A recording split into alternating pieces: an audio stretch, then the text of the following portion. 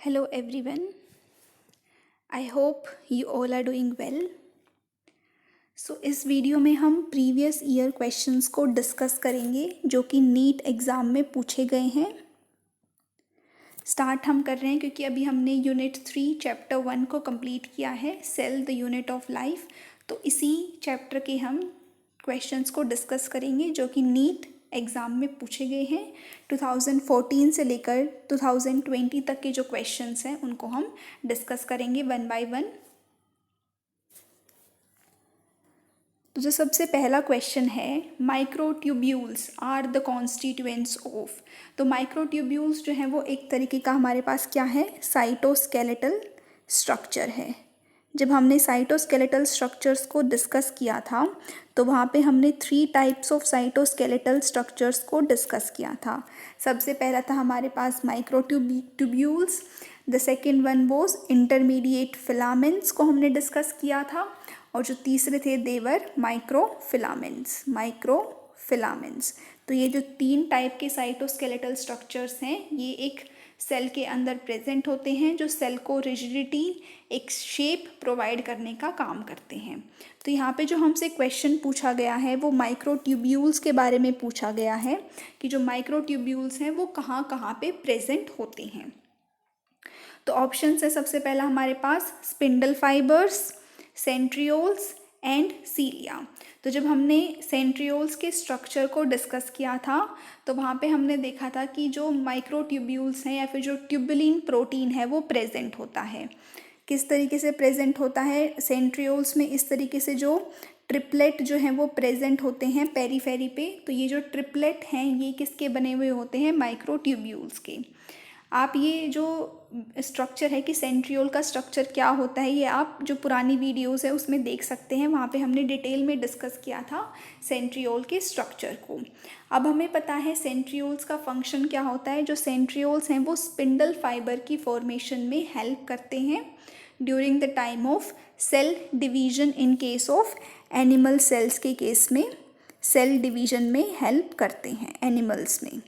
तो spindle fibres जो हैं वो सेंट्रियोल्स से ही बनते हैं। और जब हमने सीलिया और फ्लैजिला के स्ट्रक्चर को डिस्कस किया था तो वहाँ पे जब हमने 9+2 अरेंजमेंट पढ़ा था, 9+2 अरेंजमेंट, तो वहाँ पे भी हमने देखा था कि जो माइक्रोट्यूब्यूल्स हैं वो प्रेजेंट होते हैं। तो हमारे पास जो करेक्ट आंसर है वो फर्स्ट ही जो है हमारे पास करेक्ट आंसर इस क्वेश्चन का हो जाता है। अब अगर आपको ऑप्शंस को एलिमिनेट करना है, सपोज आपको करेक्ट आंसर नहीं पता है तो आप ऑप्शंस को एलिमिनेट करके भी करेक्ट आंसर देख सकते हैं। तो जो दूसरा ऑप्शन है उसमें आप देखिए क्या क्या ऑप्शंस गिवन है, centrioles, spindle fibres and chromatin. Chromatin क्या होता है, क्रोमेटिन तो बेसिकली हमारे पास डीएनए होता है और डीएनए में हमें पता है माइक्रोट्यूब्यूल्स का कोई रोल नहीं है, तो ये ऑप्शंस हमारे पास से हट जाएगा। इसी तरीके से जो न्यूक्लियोसोम थर्ड ऑप्शन में गिवन है, न्यूक्लियोसोम जो है वो कब बनता है, during the coiling of DNA के टाइम पे न्यूक्लियोसोम बनता है, तो इस ऑप्शन में भी हमारे पास माइक्रोट्यूब्यूल्स नहीं आएंगे। थर्ड जो है वो पेरोक्सीजोम्स है। पेरोक्सीजोम्स तो ऑक्सीडेटिव ऑर्गेनल्स होते हैं, तो इसमें भी माइक्रोट्यूब्यूल्स का कोई रोल नहीं है। तो इस तरीके से आप ऑप्शन को एलिमिनेट करके भी करेक्ट ऑप्शन जो है वो ढूंढ सकते हैं। तो इस क्वेश्चन का जो करेक्ट आंसर है इट विल बी फर्स्ट। जो माइक्रोट्यूब्यूल्स हैं वो स्पिंडल फाइबर्स में, सेंट्रियोल्स में, सीलिया में प्रेजेंट होते हैं, एज वेल एज फ्लैजिला में भी प्रेजेंट होते हैं। Next question is, which of one of the following cell organelles is enclosed by a single membrane? Single membrane bound organelles, double membrane bound organelles और membraneless organelles। तो जो double membrane bound organelles हैं, double membrane bound organelles हमारे पास कौन कौन से होते हैं, माइटोकॉन्ड्रिया, क्लोरोप्लास्ट या फिर प्लास्टिड्स जिसको हम बोलते हैं, और जो थर्ड है इट इज़ न्यूक्लियस। तो ये तीनों हमारे पास कौन से होते हैं, डबल मेम्ब्रेन। इनकी एक आउटर मेम्ब्रेन होती है और एक इनर मेम्ब्रेन होती है। तो ये हमारे पास हो गए डबल मेम्ब्रेन बाउंड स्ट्रक्चर्स। तो यहाँ पे तीनों ऑप्शंस में क्या गिवन है, क्लोरोप्लास्ट, न्यूक्लियाई एंड माइटोकॉन्ड्रिया। तो ये तीनों ऑप्शंस किसके हो गए, डबल मेम्ब्रेन बाउंड स्ट्रक्चर्स के। तो एक ही ऑप्शन बच गया हमारे पास लाइसोसोम्स, जो कि हमारे पास सिंगल मेम्ब्रेन बाउंड ऑर्गेनल है। जब हम मेम्ब्रेन लेस ऑर्गेनल्स की बात करते हैं, मेम्ब्रेन लेस ऑर्गेनल्स, तो हमारे पास मेम्ब्रेन लेस ऑर्गेनल्स में दो ऑर्गेनल्स आते हैं. The first one is ribosomes and the second is centrioles. Second one is centrioles. तो आप मेम्ब्रेन लेस ऑर्गेनल्स को याद रखें, डबल मेम्ब्रेन बाउंड ऑर्गेनल्स को याद रखें. इनके अलावा जितने भी ऑर्गेनल्स प्रेजेंट होते हैं they are single membrane bound organelles. तो इस क्वेश्चन का करेक्ट आंसर हो जाएगा हमारे पास lysosomes. Third question is a complex of ribosomes attached to a single strand of RNA is known as. हमें पता है हमारे पास मैसेंजर आरएनए होता है. इस मैसेंजर आरएनए के ऊपर अगर बहुत सारे राइबोसोम्स अटैच्ड हैं, इस तरीके से बहुत सारे राइबोसोम्स अटैच्ड हैं ऐसे, तो इस स्ट्रक्चर को हम क्या बोलते हैं, पॉलीसोम या फिर पॉलीराइबोसोम. ये एनसीईआरटी में as it is line given है, पॉलीसोम या फिर पॉलीराइबोसोम. नेक्स्ट क्वेश्चन है mitochondria and chloroplast they are semi autonomous organelles. ये स्टेटमेंट हमारे पास ठीक है. ये हमने डिस्कस किया था कि जो माइटोकॉन्ड्रिया और क्लोरोप्लास्ट है उनका खुद का डीएनए प्रेजेंट होता है. Mitochondria and chloroplast they have their own circular DNA as well as they possess 70S type of ribosomes भी प्रेजेंट होते हैं. तो they are semi autonomous organelles क्योंकि ये न्यूक्लियस के ऊपर कंप्लीटली डिपेंडेंट नहीं है अपने प्रोटीन्स को सिंथेसाइज करने के लिए. कुछ जो प्रोटीन्स जो इनकी फंक्शनिंग में हेल्प करते हैं वो ये खुद सिंथेसाइज कर सकते हैं, इसलिए हम इनको सेमी ऑटोनोमस ऑर्गेनल्स बोलते हैं. तो ये जो स्टेटमेंट है हमारे पास हो गया करेक्ट. सेकेंड जो स्टेटमेंट है they are formed by division of pre existing organelles. किस तरीके से बनते हैं माइटोकॉन्ड्रिया और क्लोरोप्लास्ट. सपोज एक माइटोकॉन्ड्रिया ये है, इस तरीके से माइटोकॉन्ड्रिया जो है वो प्रेजेंट है. एक माइटोकॉन्ड्रिया डिवाइड करके दो माइटोकॉन्ड्रिया बनाएगा, तो इसको हम बोलते हैं कि they are formed by division of pre existing organelles. ये जब हमने माइटोकॉन्ड्रिया के स्ट्रक्चर को डिस्कस किया तो वहाँ पे हमने पढ़ा था कि mitochondria it divides bye fission. Fission का जो मेथड होता है, फिशन जो मेथड होता है उससे बनता है. फिशन का मेथड में क्या होता है कि जो एक ऑर्गेनल है इट विल डिवाइड इनटू 2. तो क्लोरोप्लास्ट जो है वो भी इसी तरीके से मल्टीप्लाई करता है. तो ये स्टेटमेंट इतना हो गया हमारे पास ठीक कि जो they are formed by division of pre existing organelle से बनते हैं एंड दे कंटेन डीएनए. उनके पास अपना खुद का सर्कुलर डीएनए भी प्रेजेंट होता है, ये भी हमने डिस्कस किया था. फिर है but they lack protein synthesising machinery. Protein synthesising machinery क्या होती है, राइबोसोम्स. राइबोसोम्स का फंक्शन होता है प्रोटीन सिंथेसिस में. तो क्या राइबोसोम्स प्रेजेंट होते हैं इन दोनों ऑर्गेनल्स में या नहीं. तो इन दोनों ऑर्गेनल्स में हमारे पास राइबोसोम्स प्रेजेंट होते हैं. 70S type of ribosomes present होते हैं इन दोनों ऑर्गेनल्स में. तो ये स्टेटमेंट जो हमारे पास गलत हो गया. स्टार्टिंग में ये स्टेटमेंट हमें ठीक लग रहा था कि डिवीजन जो है वो प्री एग्जिस्टिंग ऑर्गेनल से बनते हैं, डीएनए भी होता है, लेकिन लास्ट में जाकर हमारे पास ये स्टेटमेंट जो है वो गलत हो जाता है कि इनके पास प्रोटीन सिंथेसाइजिंग मशीनरी नहीं है. तो इसका जो करेक्ट आंसर है A statement is right but B statement is wrong. तो आपको क्वेश्चन को पूरा अच्छे से ध्यान से पढ़ने के बाद ही आंसर ढूंढना है. पूरी स्टेटमेंट पढ़ें उसके बाद आंसर दें, क्योंकि ये जो बी स्टेटमेंट अगर आप इसको सिर्फ स्टार्टिंग में पढ़ के अगर आप आंसर दे देते हैं तो आपका जो आंसर है वो गलत हो जाएगा. पूरी स्टेटमेंट को पढ़ें, उसको समझें और उसके बाद ही करेक्ट आंसर दें. नेक्स्ट क्वेश्चन है हमारे पास water soluble pigments found in plant cell vacuoles are.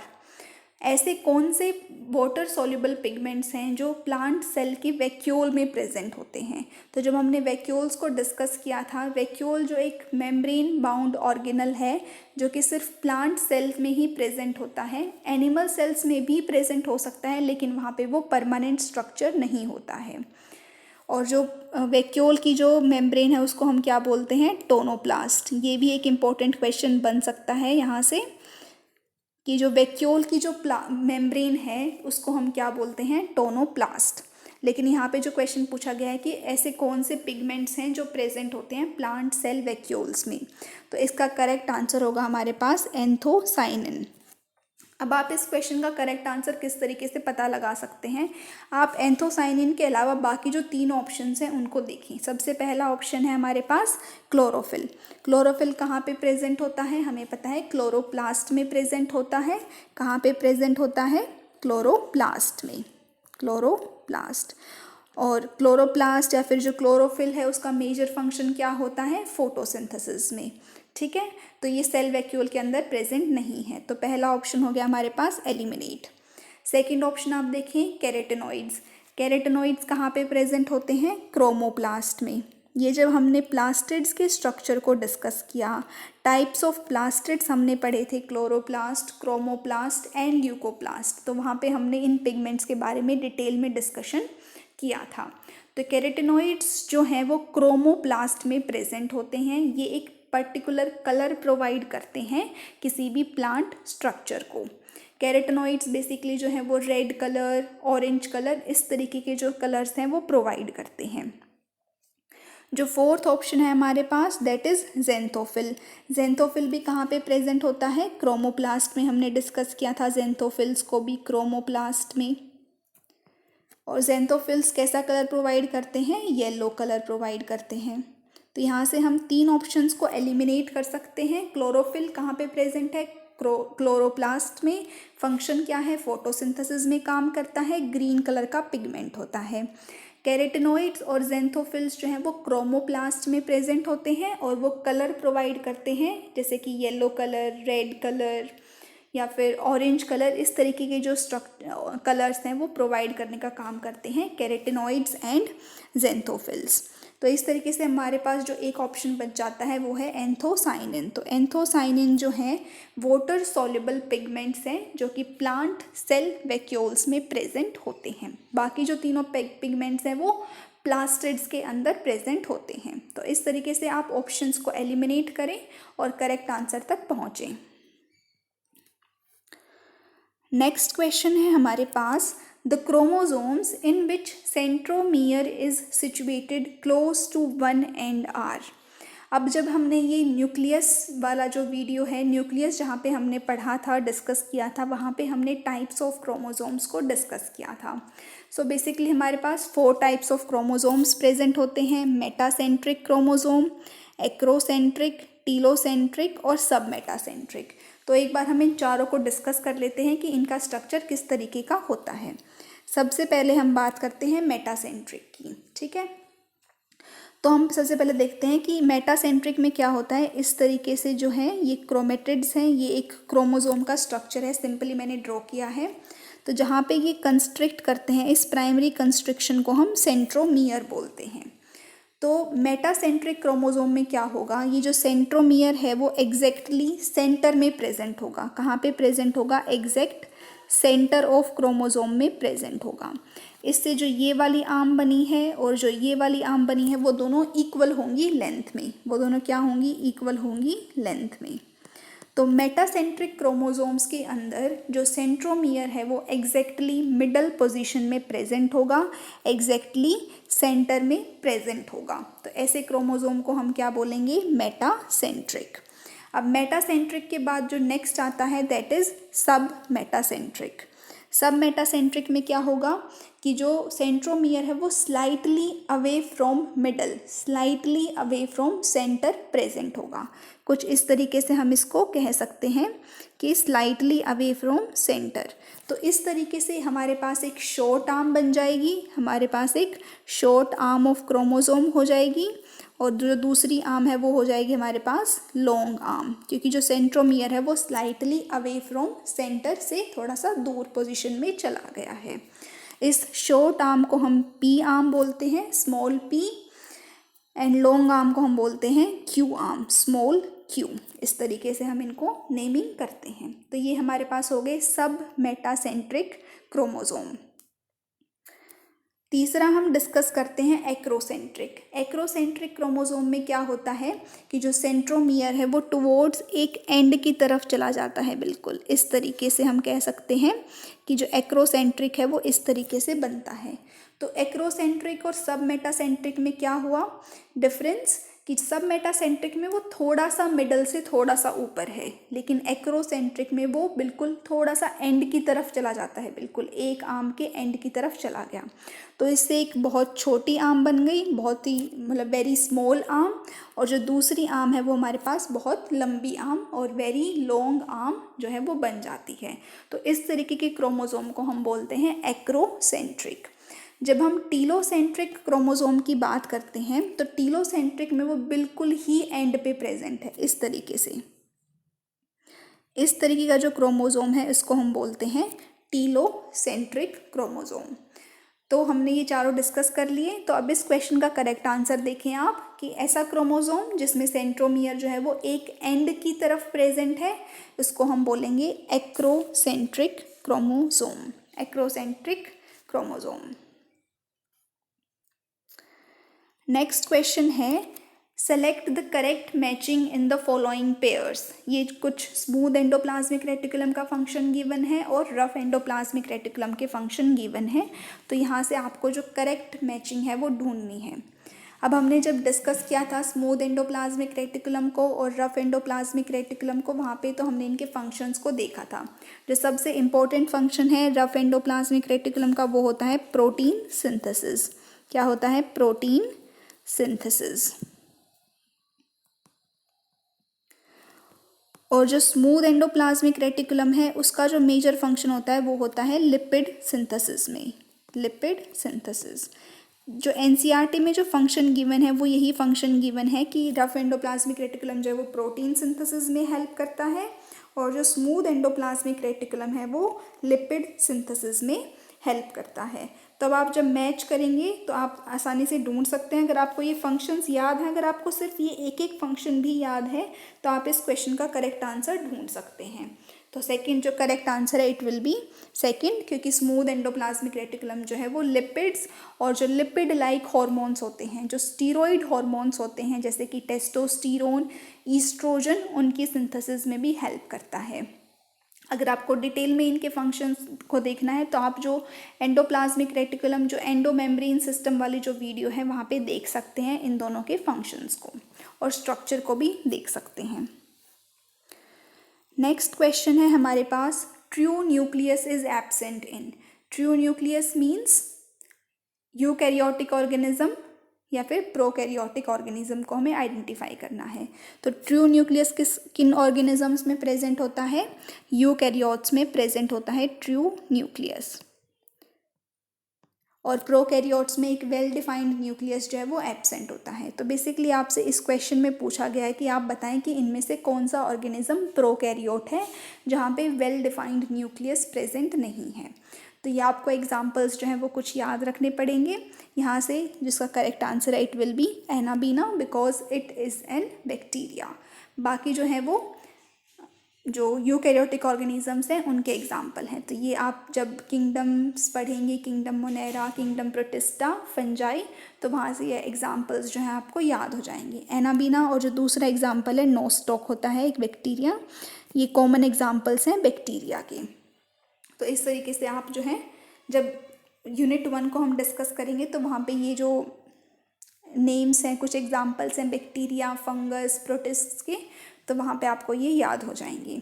तो बेसिकली इस क्वेश्चन में क्या पूछा गया है आपसे, तो थोड़ा सा इनडायरेक्ट क्वेश्चन है कि ट्रू न्यूक्लियस किस में एब्सेंट है। ठीक है, तो आपको बताना है कि इनमें से प्रोकैरियोटिक ऑर्गेनिज्म कौन सा है। Next question is Which of the following is not an inclusion body found in prokaryotes?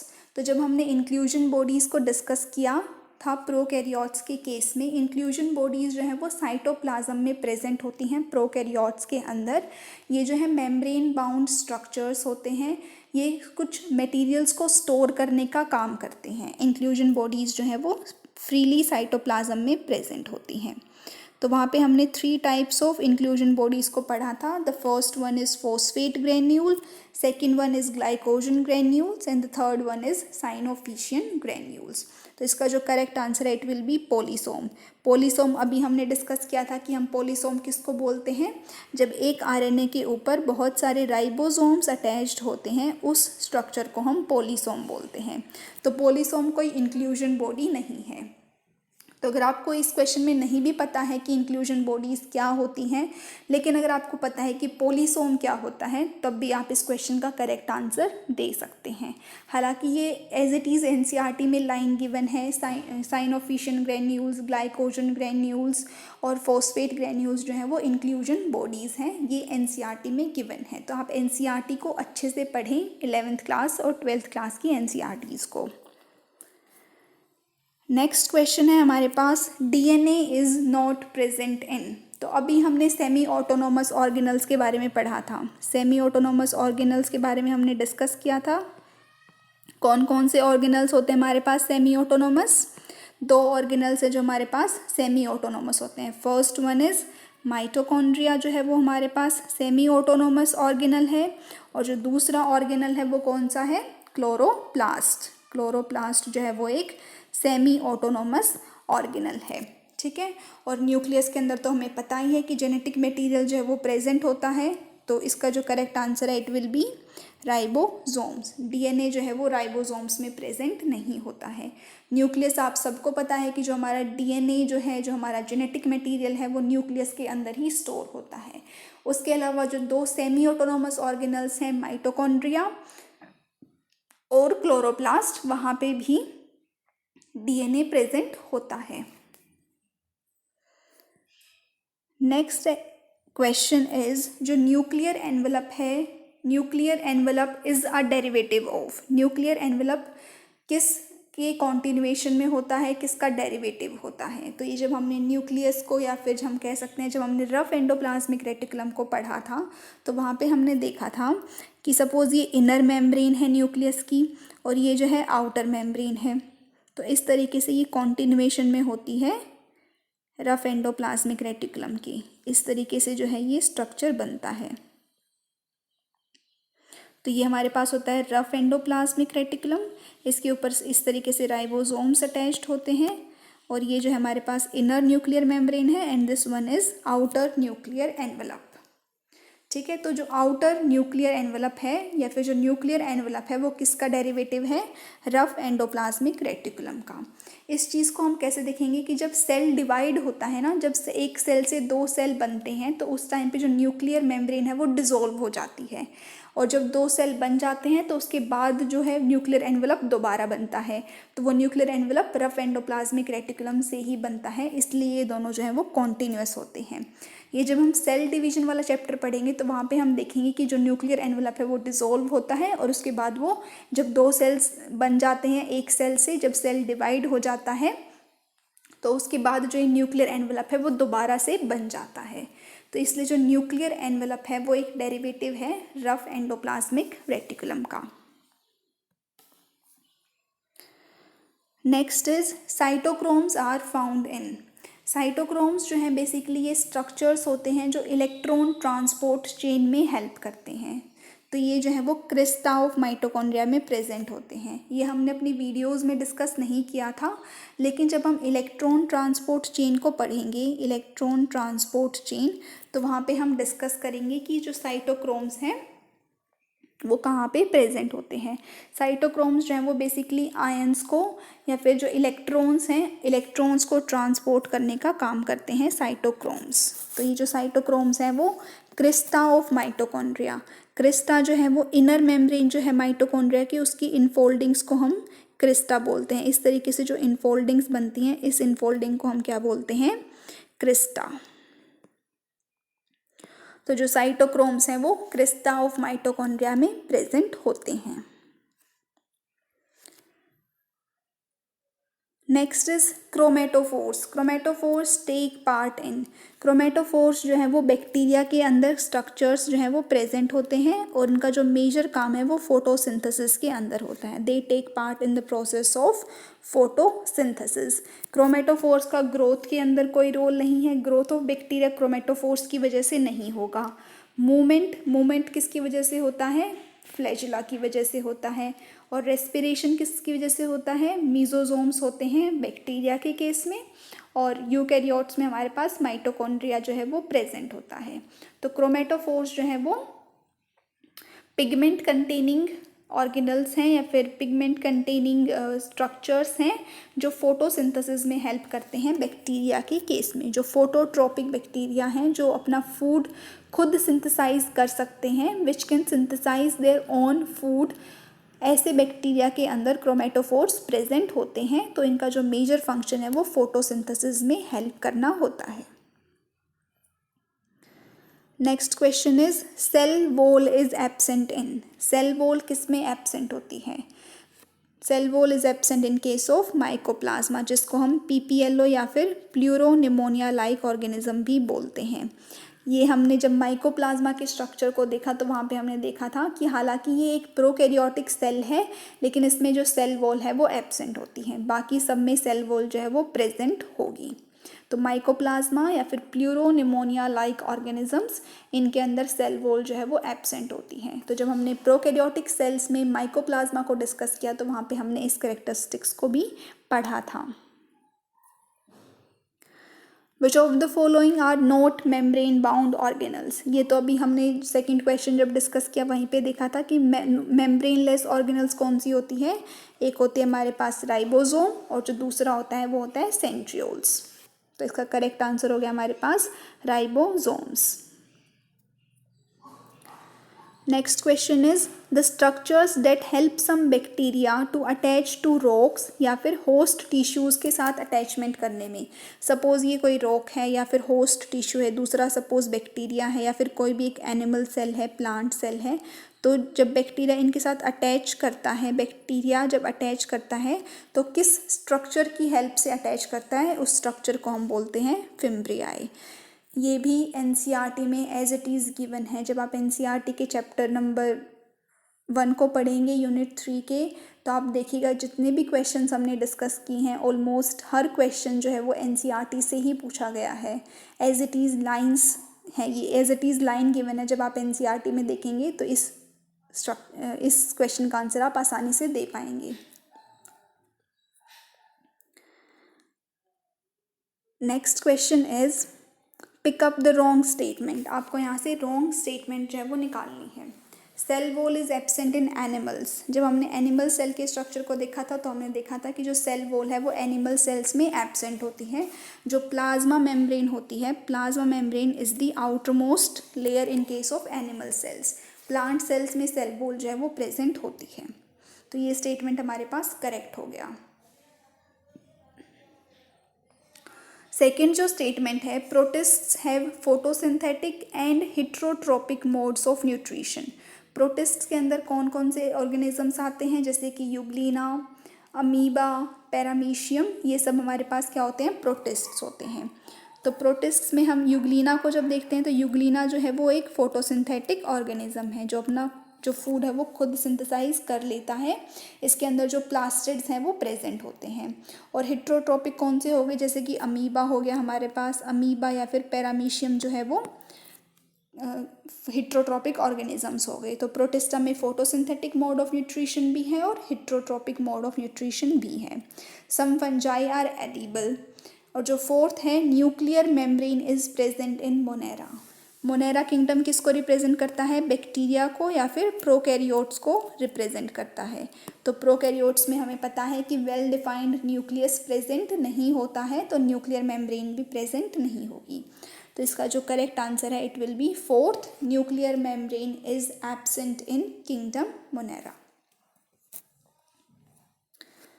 Next question है, a protoplast is a cell.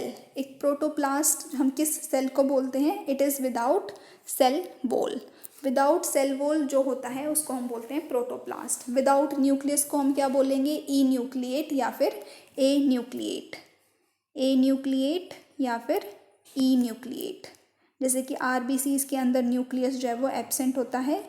जब हमने न्यूक्लियस वाली वीडियो देखी थी तो वहाँ पे हमने ये सारे स्ट्रक्चर्स डिस्कस किए थे। सेकंड, तो इसका करेक्ट आंसर क्या हो गया हमारे पास, without cell wall. Plasma membrane तो हर एक ऑर्गेनिज्म के अंदर प्रेजेंट होती ही है।